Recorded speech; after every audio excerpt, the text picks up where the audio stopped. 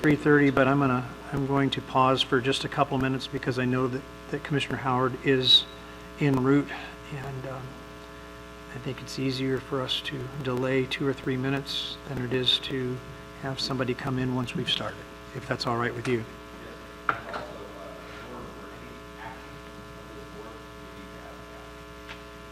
Oh, and there's that.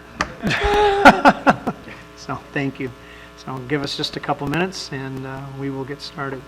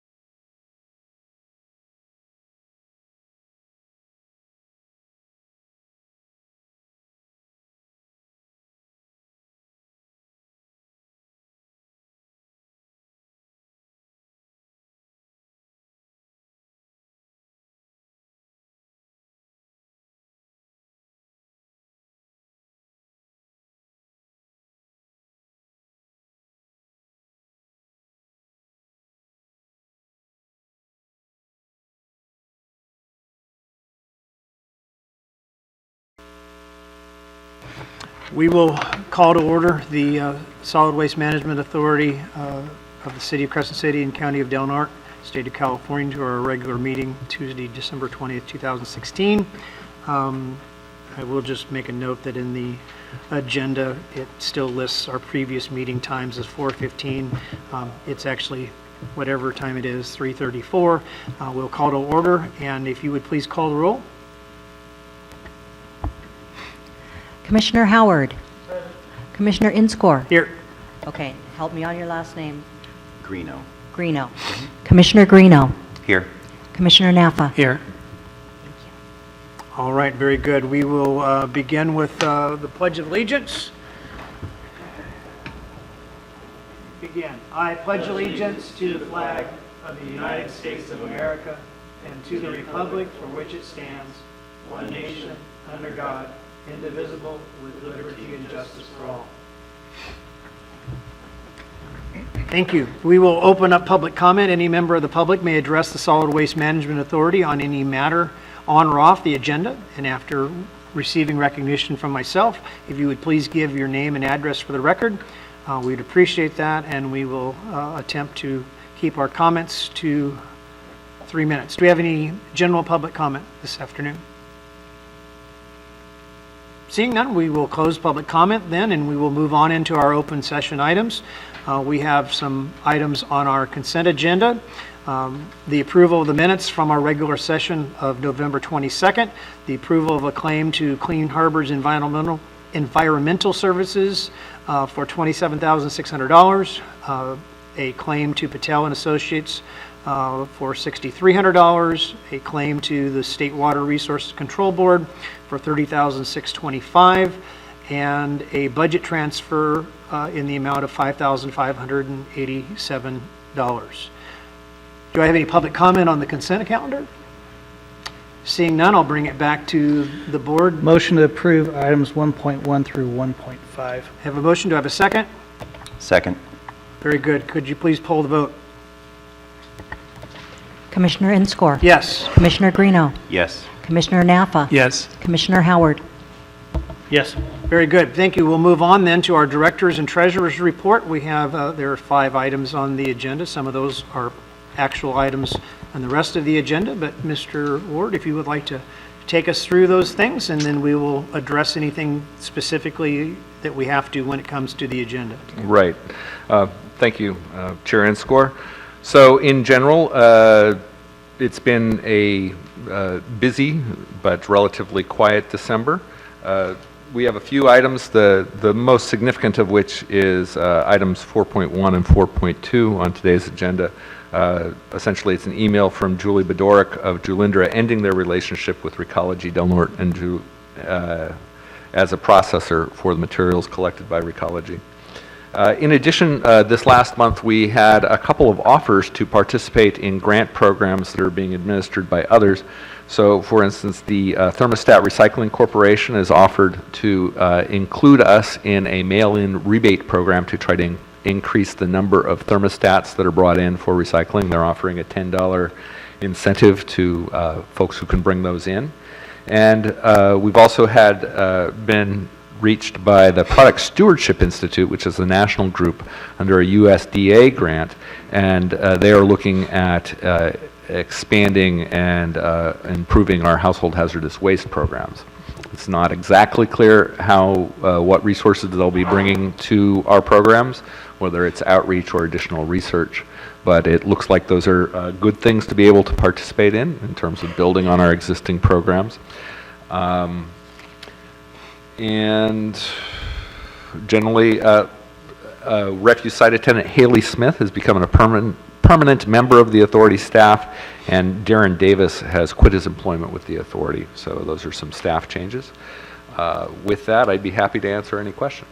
Do you have any general questions for Mr. Ward regarding his report, other than things that we might address when they come to the agenda themselves? Seeing none? Okay, let's go ahead and move on then. Okay. Covering the financial reports, the authority has $913,553 in the bank, plus the $198,177 for essentially last month's rent. So revenues continue to increase at pace. Our accounts receivable is generally up to date. The one outstanding thing has already been referred, that's over 90 days. Porter's Trucking has closed their account, and we've already referred that to collections. And then looking at the claims approved by director, you can see the two largest ones are claims that have already been approved by the authority board, Clean Harbors for their household hazardous waste collection event services, and Patel and Associates for their external auditing services. Comparing our revenues to past year and to our budget, currently our revenues at the transfer station for the authority are about 9.5% ahead of budget. So we're about $20,000 ahead of where we were at this point last year, and we're about $43,950 ahead of our budgeted income on that front. And the other one we have is the franchise fees, and we're just a little bit ahead of budget on that, 1.6% ahead of budget. So our revenues are keeping pace, and our expenses are not getting out of control. And once again, these services are provided to the community without a penny in taxes. All right. Just Mr. Ward, just as a kind of a housekeeping thing, because I always forget to remind or ask you about this afterwards. When we scan the financials into the electronic agenda, some of the items end up being turned sideways, which on an iPad is very troublesome, because if I try to turn it this way, then it also turns. Yeah. So, and I apologize for mentioning that in an open meeting, but it's the one time that I remember. So okay. if you would take a look at that. We'll check our scanning processes. I am challenged enough with keeping track of all these numbers without having to twist. Okay. So, but I appreciate very much having everything electronically, digitally. I don't like wasting a whole lot of paper, so, but if we could tweak that, it would be very helpful to me. Yes, sir. Thank you. Any questions for Mr. Ward regarding the financials? I was just going to comment regarding, since you're talking about electronically, when we get into your email and want to open the file, the last part of it is not, I mean, the way it goes across, I have to try to input the last part of it separately. The last four characters are not captured in the hyperlink. The .pdf I see. are not, and so when you go to open it, it doesn't open. So Again, we don't remember these things afterwards. I genuinely apologize I- for talking about this in open session. I appreciate, because we all want to make this as It easy as is. possible. One thing you might be able to do when you're looking at that email is if you widen the email, you might be able to get that whole link all on one line. Just It's not something to linked. try. The underline only goes to that point and stops. Okay, well, we will continue to, we'll strive to improve on this We're front. working on it.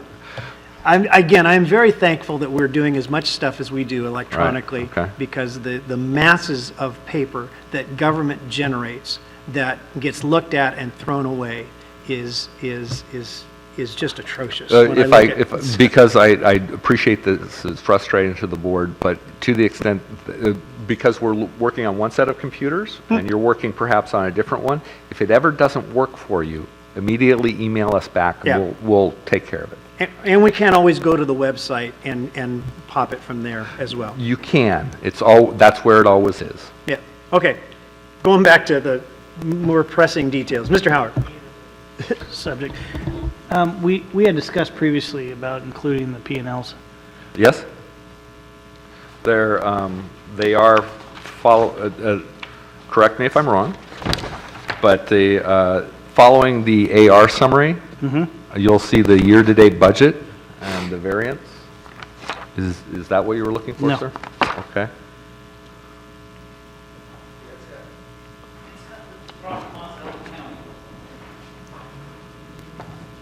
That's what you're calling the P&Ls?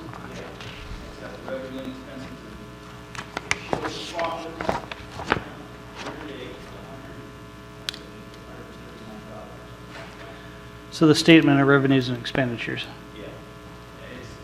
Closest we're going to get to it. Yeah. Okay. All right. Anything else? We're good? All right. Let's go ahead then, Mr. Ward, please. Yes, next item is 4.1, which is discussion regarding the announcement from Julinda Recycling.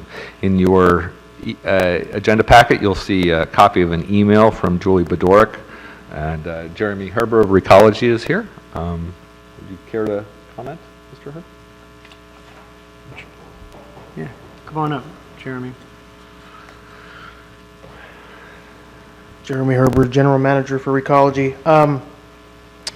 Not a whole lot to comment on other than we were notified pretty much with less than a 30-day notice, or very close to 30-day notice. So since then, we've been scrambling, more or less, like everybody else. So once we got the notification, we notified the authority and have been taking action since. The news is where we're at today is we do not have an agreement in place.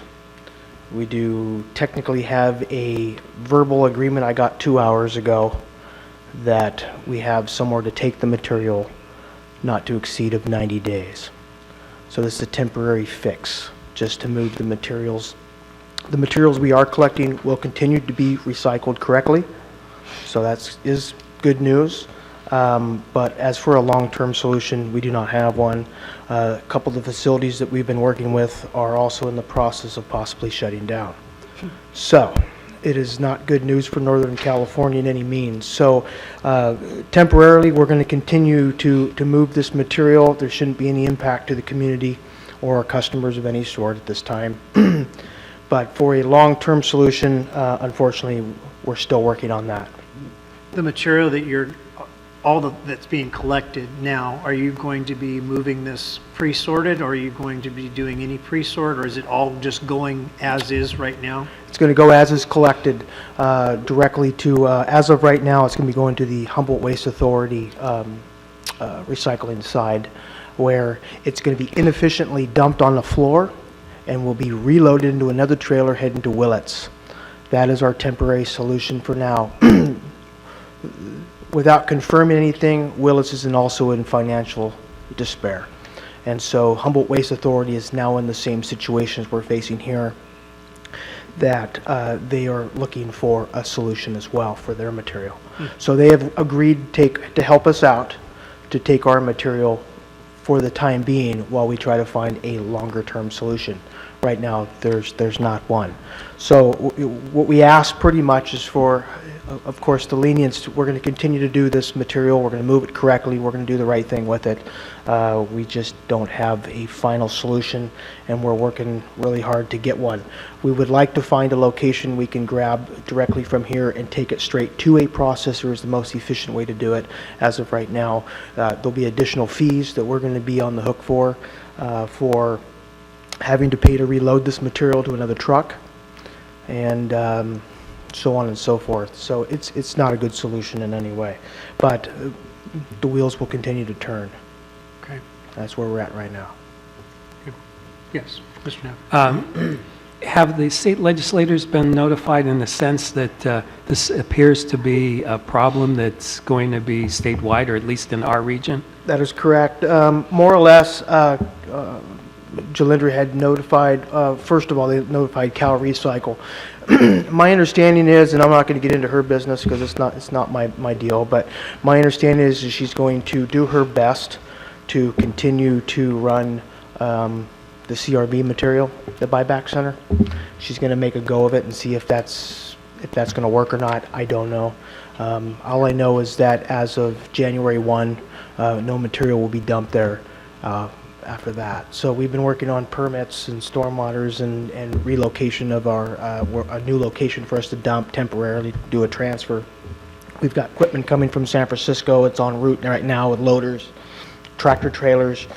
So we're gearing up for this thing in 9 days. And I'm thankful at least have a place to take it. As of this morning, I didn't.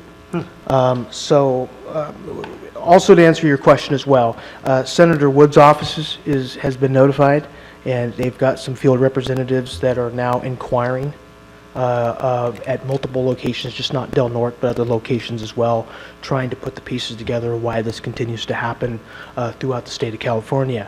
So whether they come up with a solution in a reasonable time frame, I don't have this answer to that, but they are aware of our current situation. Any other questions for Mr. Herber? As something that we're going to be looking at as part of the agenda, I just want to reassure you, as much as we're able to as the authority, we're going to give as much latitude as we possibly can. We understand the complexity of this, and Yeah. I think we've realized that this is going to be a difficult issue.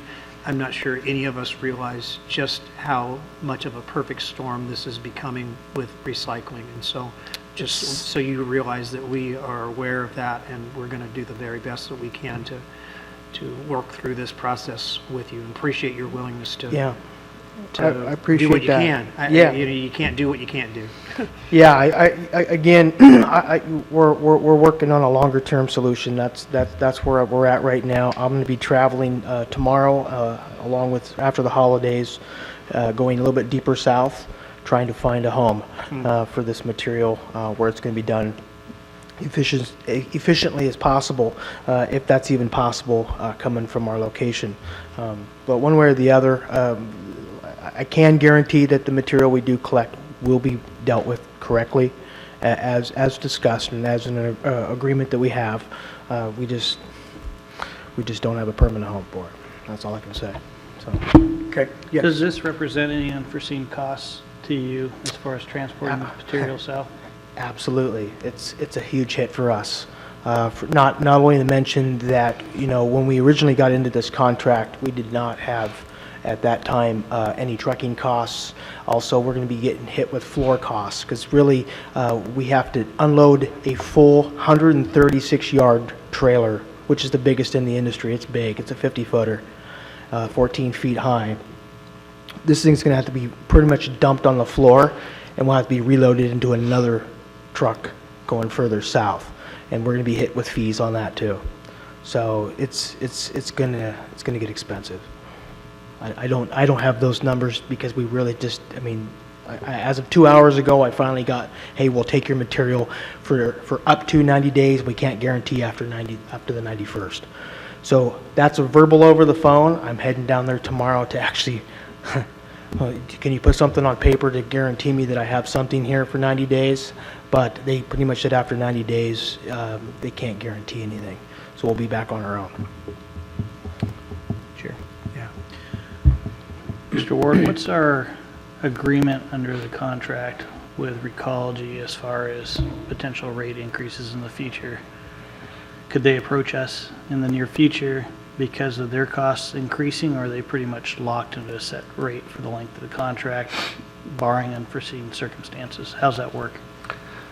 They can approach on any issue, but the circumstance that we're facing now, where there's a dramatic increase in the processing cost and the cost to collect and move and market the recyclables that are collected, that was not foreseen within the agreement, and so it's not specifically lined out as an opener. So that's the current status, but that doesn't preclude Recology from submitting a letter saying this is a completely change in the cost dynamics of our operations, and you know, it's costing us more than we ever anticipated. That's certainly a discussion that I would anticipate moving forward, but it's not something that was identified specifically in the agreement. Yeah, I think that one of the things that we're going to have to look at coming out of the first of the year with the changing market with all these recyclable items is what we established years ago, where these items that are recycling, that there is a value to them that backfills back into the cost of sorting them, separating them. And if that dries up and we still want to recycle, it's like if these items don't have a value associated with them to pay for that processing cost, then what are we going to do to continue to recycle? Correct. Along with that, when we do find a permanent solution, the list that we're looking at making a change order for today could change again, because we're now at the mercy of who's willing to take this material. So we might go there and find out that there might be further items that are on our agreements that they refuse to process. So, you know, we can't really jump to conclusions until we find a solution, but I just wanted to make that known. Yeah. The second issue that I wanted to bring up that the authority needs to be aware of is we still have a terrible contamination problem in our recyclables. It's really bad. Where we're going to run into an issue now, and now that we're really monitoring this even closer. Normally this material's been caught here in Del Norte. We've extracted it before it's been processed, and we dispose of it here through our county transfer station. Now that this material is being shipped out as a whole, okay, where we could run into problems is if our contamination rate continues to be at a high level, they could refuse our recycling material. So any future contracts we make, we could be in trouble with. Can you give examples of what you're talking about? Yes, there seems to be a continual problem with customers who seem to use their recycling carts as trash. They go to a smaller size, then they put some recyclables on top of their trash. So that's being found, being processed. And I would love for anybody, I know there's not much time left, but just today alone, I went over to watch our recyclable trucks dump at Jalindras today. Out of our recycle truck came heaters, bags of trash, printers. It was just phenomenal to see this just on the top, not even through the sorted material. We continue to have problems with our community bins where people, today we just went over and picked up muriatic acid that was leaking inside of the bins and started to make paper smolder. People are dumping acids and hazardous chemicals into our community bins, which is a problem. And where I'm afraid is that we're going to start finding a permanent home for our recyclables, and they're going to see this material coming through, and they could just say, come pick it up, you're done. We can't have this material coming through. There's a very small window of percentage, not to exceed 10% is the standard, and we are above that standard. And so I would imagine once we kind of get, I've been so busy with this contract, trying to get these materials to move, but the bottom line is really after the first of the year, and once we have this in motion, my next project is I've got to find a way of enforcement or some way of either getting people to reduce the trash and the recycle, or we're going to have to find a way to remove that service from those people that are abusing it, because it could ruin it for everybody in our recycling. So I wanted to make that aware to the board now, that it really hasn't been, it's been a problem, it's always been a problem, but we were able to catch it here in Del Norte. Yeah. Now that we're not processing this material and it's leaving our community, it's going to be processed somewhere else, and they're going to see this, and it could affect our any future contracts in the future. I think one of the things that we're going to have to look at on behalf of the authority and then as partners with Recology is that with the change order that we're proposing and the items that are no longer going to be in the recycling stream, we really have to do a strong education program along with finding a means for an enforcement program. Because the ultimate reality is that while we have many people here who are tireless advocates for recycling, as we should be, because it is a good stewardship of the resources that we have and the waste that we have. But at the same time, the realization is with continued violation of that trust that we place upon our customers, if that continues, there's going to be a cost associated with that. That cost could be the loss of the service. Correct. In addition, the cost associated with that may be reflected in cost to the entire customer base because of having to manage the inability of our customers to use wise decisions. And so this is a huge community issue. And for those of you who make use of our recycling, you have to stay abreast of the changes that we're making, and we need partnership on our community to work with us and make sure that we are being good stewards of those bins, because the cost is going to ultimately be distributed back to the customer if we can't get this under control with all these changes that are facing us. I mean, it's just a hard reality, and it's not a pleasant one, but it is a reality that we have to face. There's, one of the big, I still want to touch on this. There's a difference between educated and uneducated. Some of the people that you can see in their recycling material, that they are making the effort. You see they're washing out items that might not meet our numbers of plastics or something. You can see that somebody was trying to make the right effort. I'm not talking about those people. I'm talking about the people that blatantly know that what they're putting in there is a bag of trash, and then they're packing recyclables around it on top of it. Those are the ones that, I'm not worried about the guy that accidentally puts in some styrofoam or something in the recycling. That is what it is. I'm really after the offenders. That's where we need to really put the crack down, and we also need to find a better solution with our community bins. Just on Sunday alone, at the fairgrounds, there was about 2.5 truckloads of trash dumped on the side of the recycling. So previously we have discussed about possibly putting fences and maybe even putting time restrictions on access to these locations.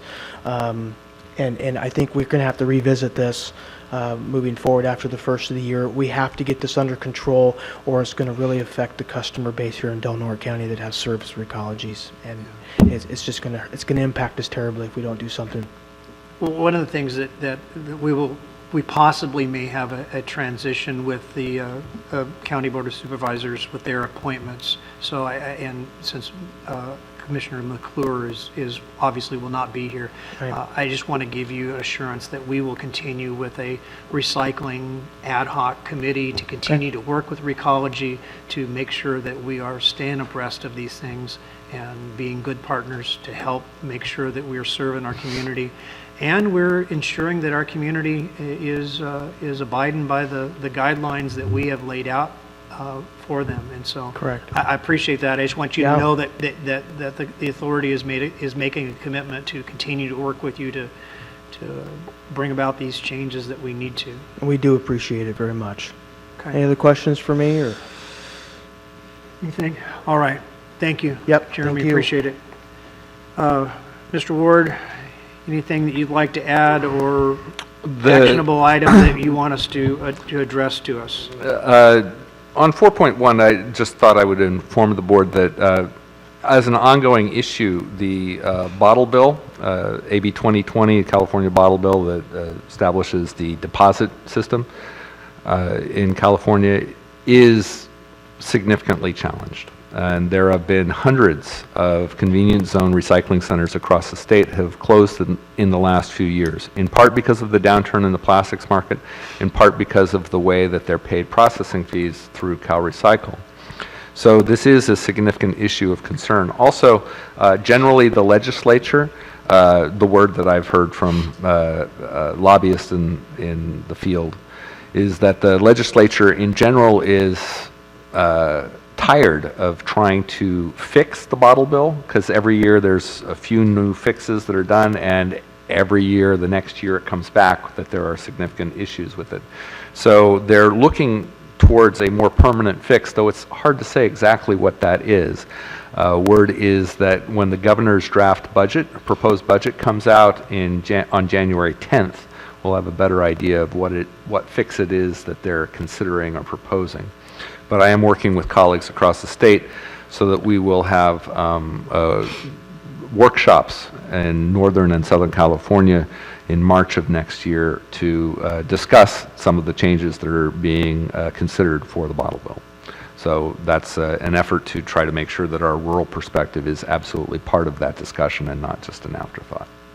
I appreciate those contacts. I do think it would be appropriate for the authority to pen a letter to both Assemblymember Woods and to Senator McGuire, expressing our desire for their input, influence on this issue because of the unique hindrance that we have because of location, and they're aware of that being on the North Coast. The impact here is, I realize it's impacting everybody in the state of California, but the impact here is significant because of our geographical location and the options that are available to us. And we need to get our legislators on board, and they need to be keenly aware of the fact that the authority is facing some very difficult decisions, and we need them to come to the table with us on these issues. So, all right. Moving on. All Let's right. go on to 4.2, please. Oh, I'm sorry. We have public comment. Mr. Onzen, please. Mr. Chairman, members of the board, my name is Bill Lonsdale. I live in Crescent City. I'd like to commend your board for a wise decision that you made at your last meeting to go slow on the business of a bailout for Julindra in return for less recycling. I watched the replay at home and I said, holy smoke, these guys are on the verge of committing bureaucratic suicide given the changes that are occurring in the county. And fortunately, that's overtaken by events. And so the one comment that I would make is that, and I will have some suggestions on item 4.2, but I was a little bit concerned about what I heard here this morning. It sounds like there's some consideration being made to go to war with your customers if they don't follow the guidelines strictly. War is always the last resort. Absolutely. Thank you. I appreciate that. And and that is, I think we would all agree that is true. So, okay, let's go on to 4.2. Oh, you got one more? Are you coming back for 4.2? You can't consolidate, Mr. White? Consolidate them. Okay. Wes White with Hambro WSG.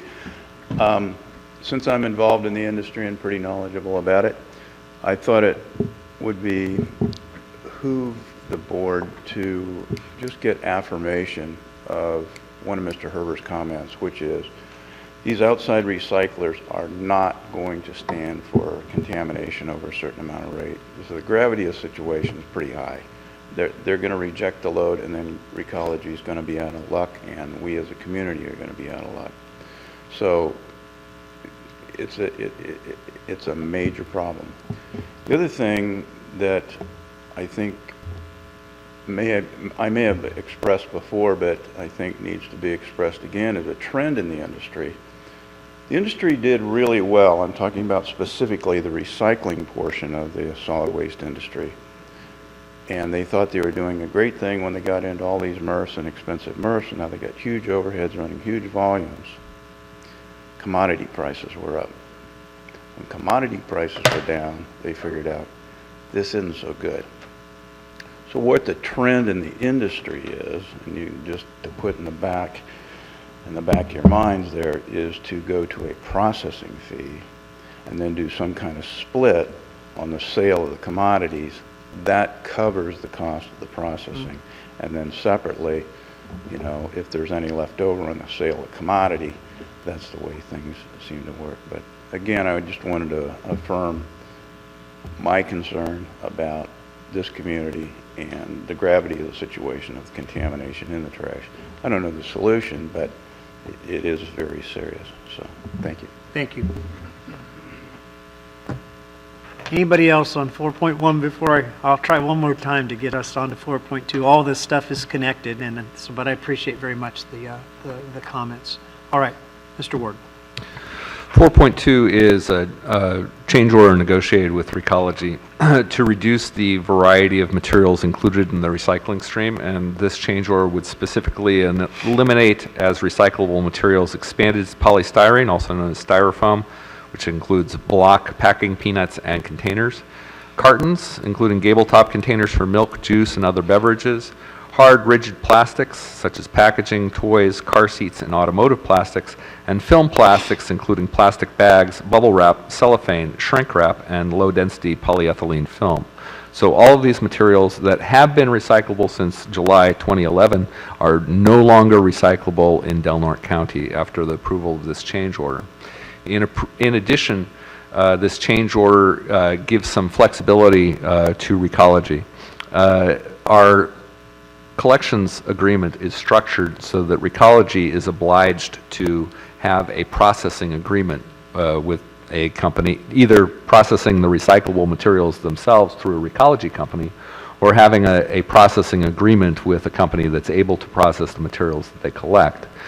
Since Julindra has notified them that they are no longer that processor, then if we do not grant Recology some flexibility, they would immediately be in violation of their contract because they don't have a processing agreement. So this change order also grants them 3 months to negotiate a processing agreement, and if they don't have one within 4 months, then they would be in violation of the agreement. But since we all understand this, my anticipation is that either within 3 months they are able to secure a processing agreement, or they would come back to the board explaining the status of their current negotiations. Yes, Mr. Chairman. So I clearly understand you. This would be just a waiver of a period of time, and these materials wouldn't necessarily enter the recycling stream for that period of time, but after that 3-month period, they would come back into the stream, or they No. would be permanently out of the stream? This is a permanent removal of these materials from the recycling stream. Or that is what was negotiated and proposed, in part because there are no other processors that process these materials that are regionally available. I think that part of the confusion is that we're looking at the entire processing agreement at the same time we're looking at a change order regarding specific items, so that we want to make sure that it's clear that the idea is not to find a processor for these items. The discussion about the processor is for all of the recyclables that will continue in the Right. recycling stream, not that we will get a processor that will somehow be able to address these. We are removing these going forward with no anticipation that they will be brought back in at any future time. At the same time, we are providing some latitude for Recology to secure a processor, or within 4 months, come back to us with a plan that identifies what they are going to do. Is that? That's correct, sir. Okay, so, any other questions? Yes, Mr. Neff? I know we mentioned before about notifying the public, so what is the process that's being planned on notifying the public? Yeah, okay. Yeah.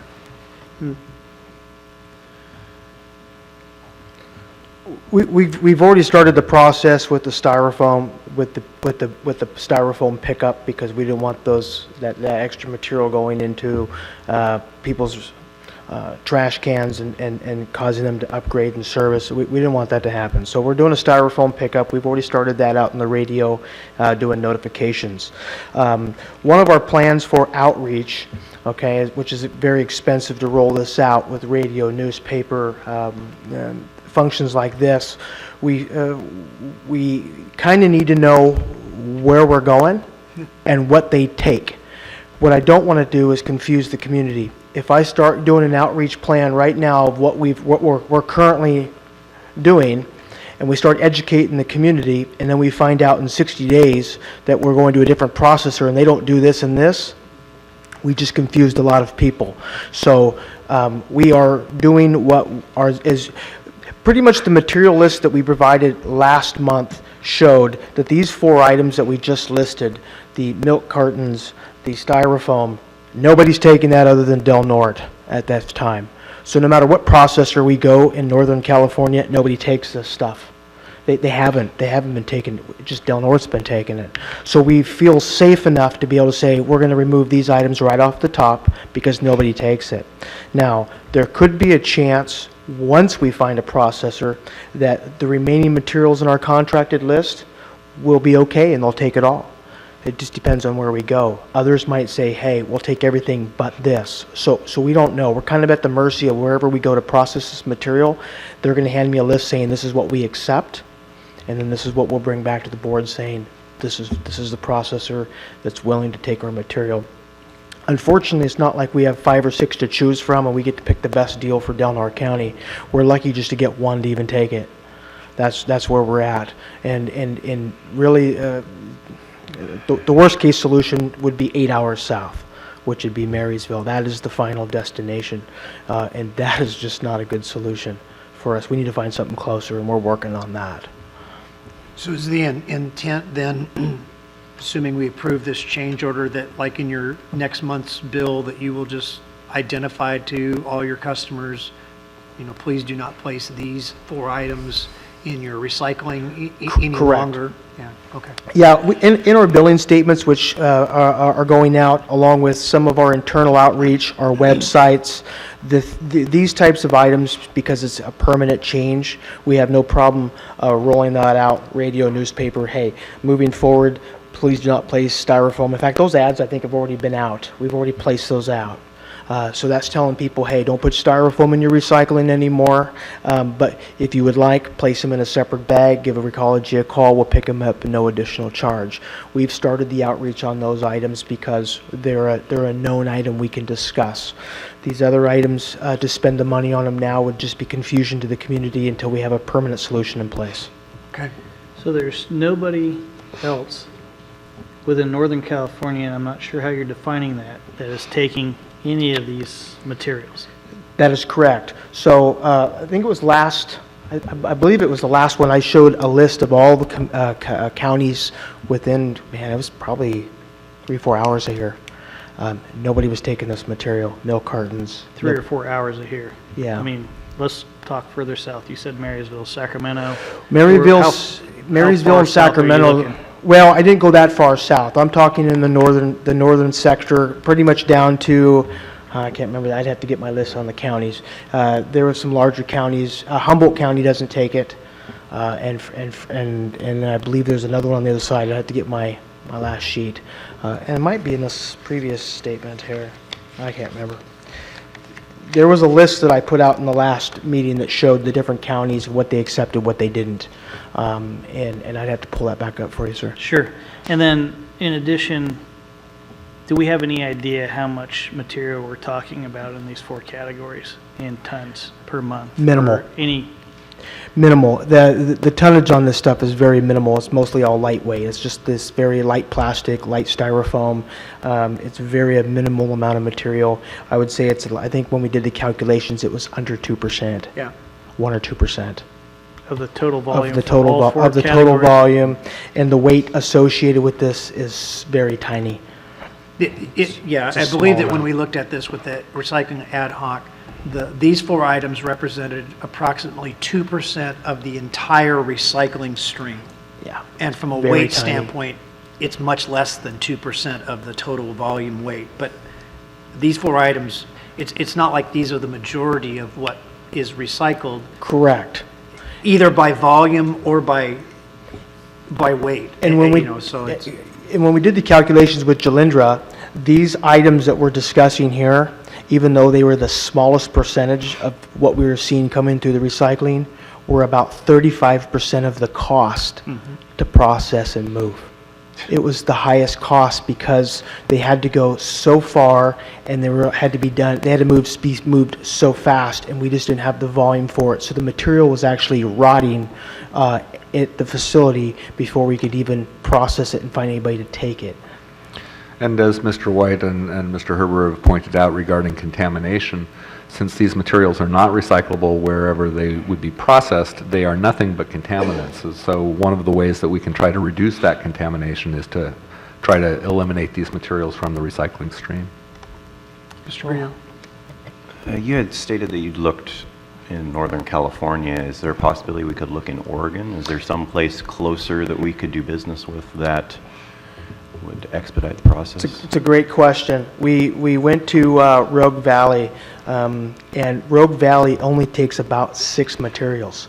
And those materials that are coming from our associates up here out of Brookings and things like that, CTR, they are pre-sorting that material at the truck. So glass, cardboard, all these things are sorted right at the curbside in a truck, and then they are shipped out to Rogue Valley. Now, once they get to Rogue Valley, even though they're coming in separated and cleaned, there's still a fee they're charging these guys for delivering it to Rogue Valley. That is not a good option for us. They don't take the material as we collect it right now as a single stream. Okay, thank you. Yeah. I guess I need a lot of help understanding it since I don't have the institutional knowledge to go back in time here. This is where I think you could help me out a lot. So basically, after listening to Jeremy here, we have some items that this authority chose to negotiate to put into a recycling agreement with Recology. And now these items are being pulled out because there doesn't seem to be a home for them, or the cost of that has become too great, and they're now considered contaminants, to a certain extent, unrecyclable. How did these ever get into a recycling contract? I'll with answer us? that question for you. Really, the only item that was in a contract with the authority and Recology was the plastic bags and the film plastics. Those are the only things, items that were in an agreement in our original contract. The other items were actually in additions that took place between Tommy Sparrow and Jordan Keckery. Jordan found a possible solution for these items short term, and he bought this equipment and he was trying to move these items as a luxury, nothing that was in a contracted agreement. It was an agreement between Recology and Jalindra's that we would take this additional material because Jalindra said that they could process it. It wasn't in an agreement between Recology and the authority. So technically, this other material was a bonus that we were taking in addition because we were trying to do the right thing. As the markets changed and the volume decreased, it just wasn't panning out, and that was the initial start of Jalindra's financial issues. Is basically But off these under our materials. agreement with Recology, Yeah. solid waste Recology, there's only 2 items that are contracted, and that's film plastic and plastic bags. No, all the items are in the contract, but well, historically, when we put out, if I understand this correct, Mr. Ward, when the RFP was put out for this, only one of these items was required to be in the contract. When the RFPs came back in, companies such as Recology added these other items saying, we can also provide this service as this- well. At this time. And then they ended up being rolled into the agreement between the authority and Recology that this was the agreement that you could provide this service, and so that was added in. But in our original RFP, if I'm correct, the plastic bags is that the item that was put out that said we require this or not? I'd have to look back to the RFP, but my recollection is that that was not included in the request for proposals, that in general, Recology proposed to recycle a wider variety of materials, and that was part of the attractiveness of their proposal to begin So with. none of these original items were part of what the authority specifically requested? I believe that's correct. Okay. However, once they were proposed, the authority in negotiations did agree that we would include plastic bags within the contract, but the other items were not enshrined within the agreement. Okay, so that was included in the agreement, the other items? Just the plastic bags, Yeah. the film plastics was, and then after the ban voted, it went in, and that's when that was the only item that was really removed out of the original contract. Everything else was just kind of Jordan said he could take it, and that's what was being taken. And then it Well- became sort of institutionalized because we approved the outreach materials, for example, so all of the bins indicate that, for instance, styrofoam is recyclable. Yeah. And so that, it became part of our overall system, even though it wasn't specified in the contract. So I got to get some more clarity here, Chair. And you just said something that just took me back a long time, and I just need to make sure that this board that was sitting up here at the time that was considering this contract, was there an edge given because this was in their RFP as a response, Recology's response? We could increase the amount of recycling to include a lot broader amount of material? Yes, I mean, that was was. that a That was factor? part of their proposal, and it was part of how they were evaluated for proposing to provide these collection services, yes. Okay. And of the other RFPs that we received, do you recollect whether or not any of the other providers also indicated that they would provide some of these services? I would have to look back at that, but my recollection is that some proposers provided some additional materials, but my recollection is also that Recology's was the most comprehensive recycling proposal that was submitted. But only the plastic bags are in the contract. No, I think it's clear to all of us that none of this is easy, and Correct. the world that we're living in today, when it comes to recycling, especially as it's geographically challenged here on the North Coast, is not the world that we were living in when this contract was established. Also, I wanted to point out my understanding of the original contract, and of course, I wasn't here for that, so a little lenience there. My understanding was that a lot of these materials that were in the original RFP, these items, the styrofoam was added after this stuff was put in place. That was my understanding, was that during the original agreement, the plastic bags was in the RFP, and we did take those up until the ban took place. The other items were added additionally after the contract was completed. Is So that the correct? Because that's my understanding, is that this was That's done huge. after the contract was signed, that these materials were added in addition because there was a viable solution for them at that time. That's consistent with my recollection. That is correct. Well, in that case, then there's not leverage that was given. No. If these things were brought in after a contract was signed, it's not as if Recology is saying, we'll take these things, if give us the contract, which I think is the concern, and I understand that concern. We're all working through this process. I totally but- understand the concern, and so the history that I have is that these items were not in the original RFP. These items were added for the fact of, at the time, there was a place and a value for these, and they were a bonus item that we said, hey, we have a home for these, we have a place for these, we will now take this further. Am I incorrect on that, Wes, or do you have any input on that? Okay. I just wanted to double check, but Okay, so that's my understanding. If I'm wrong, I'm wrong. But I'm pretty sure that's how it was laid out that I understood. But bottom line, by our agreement, they're only obligated to collect the plastic bags, correct? That is correct. So And what- they're also obliged to have a what's the- processing agreement. Is there any point to even be considering a collection change order at this time? Yes, sir. Why? Several reasons. One, the plastic bags are specified. Two, the descriptions, both within the contract and within the processing agreement, are not entirely consistent, and so it'd be worth clarifying.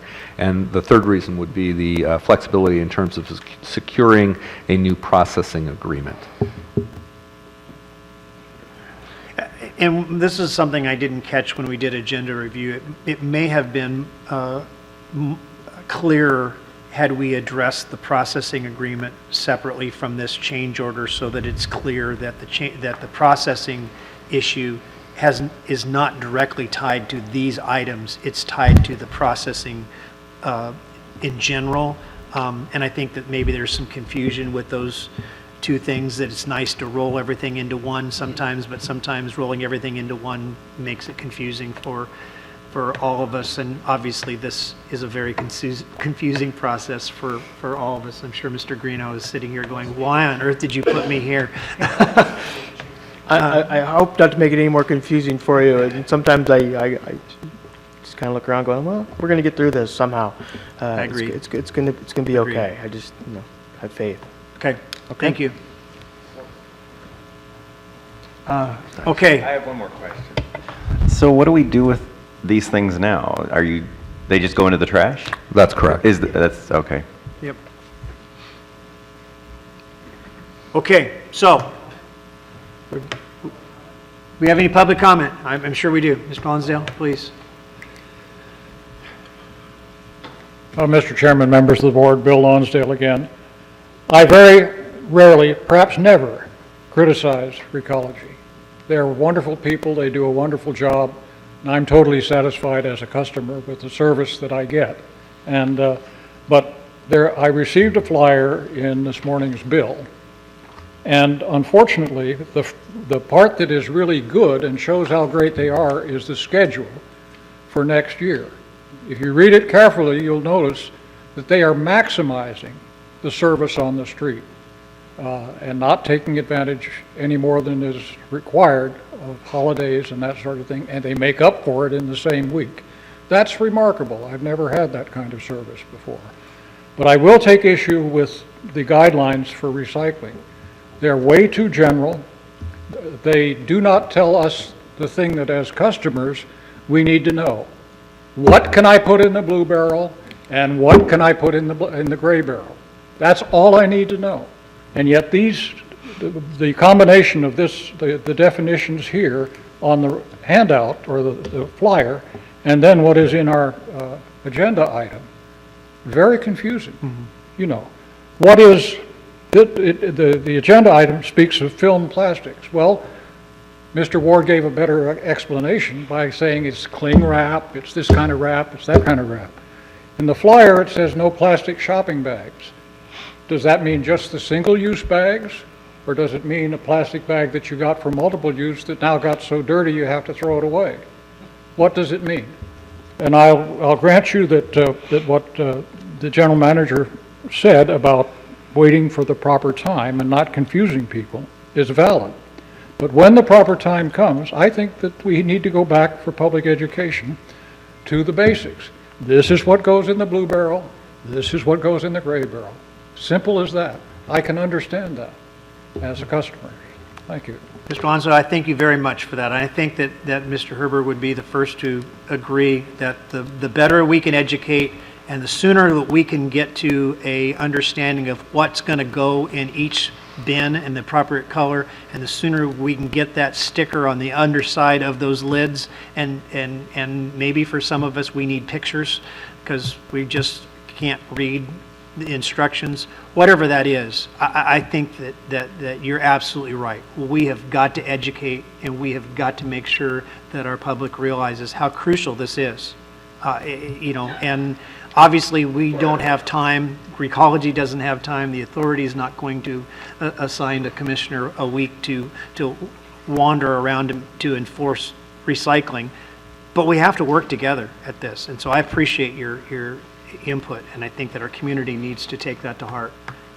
And I know Recology is going to work hard at making sure we do that education, because it's to their benefit.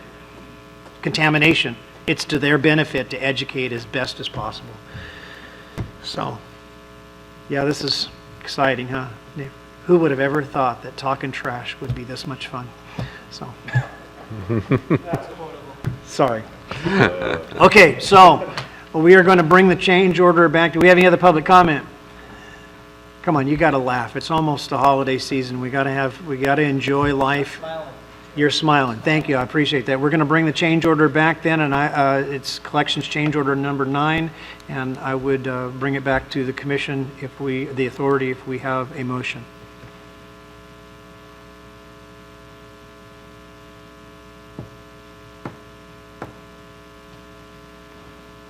Well, seeing none, then I will make the motion that we approve collections change order number 9. Second. Have a motion and a second. Any further discussion on the part of the authority? Not, then please pull the vote. Commissioner Greeno, Yes. Commissioner Naffa, Yes. Commissioner Howard, Yes. Commissioner Inscore. Yes.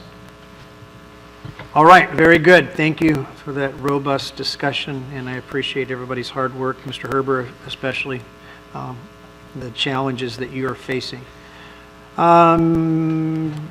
Do we need to take action on, you mentioned in your report, the thermostat recycling program? Is there an actionable item that we need to address with this? Unless the board wants to direct that we not participate, then I could take it as consensus direction that we will.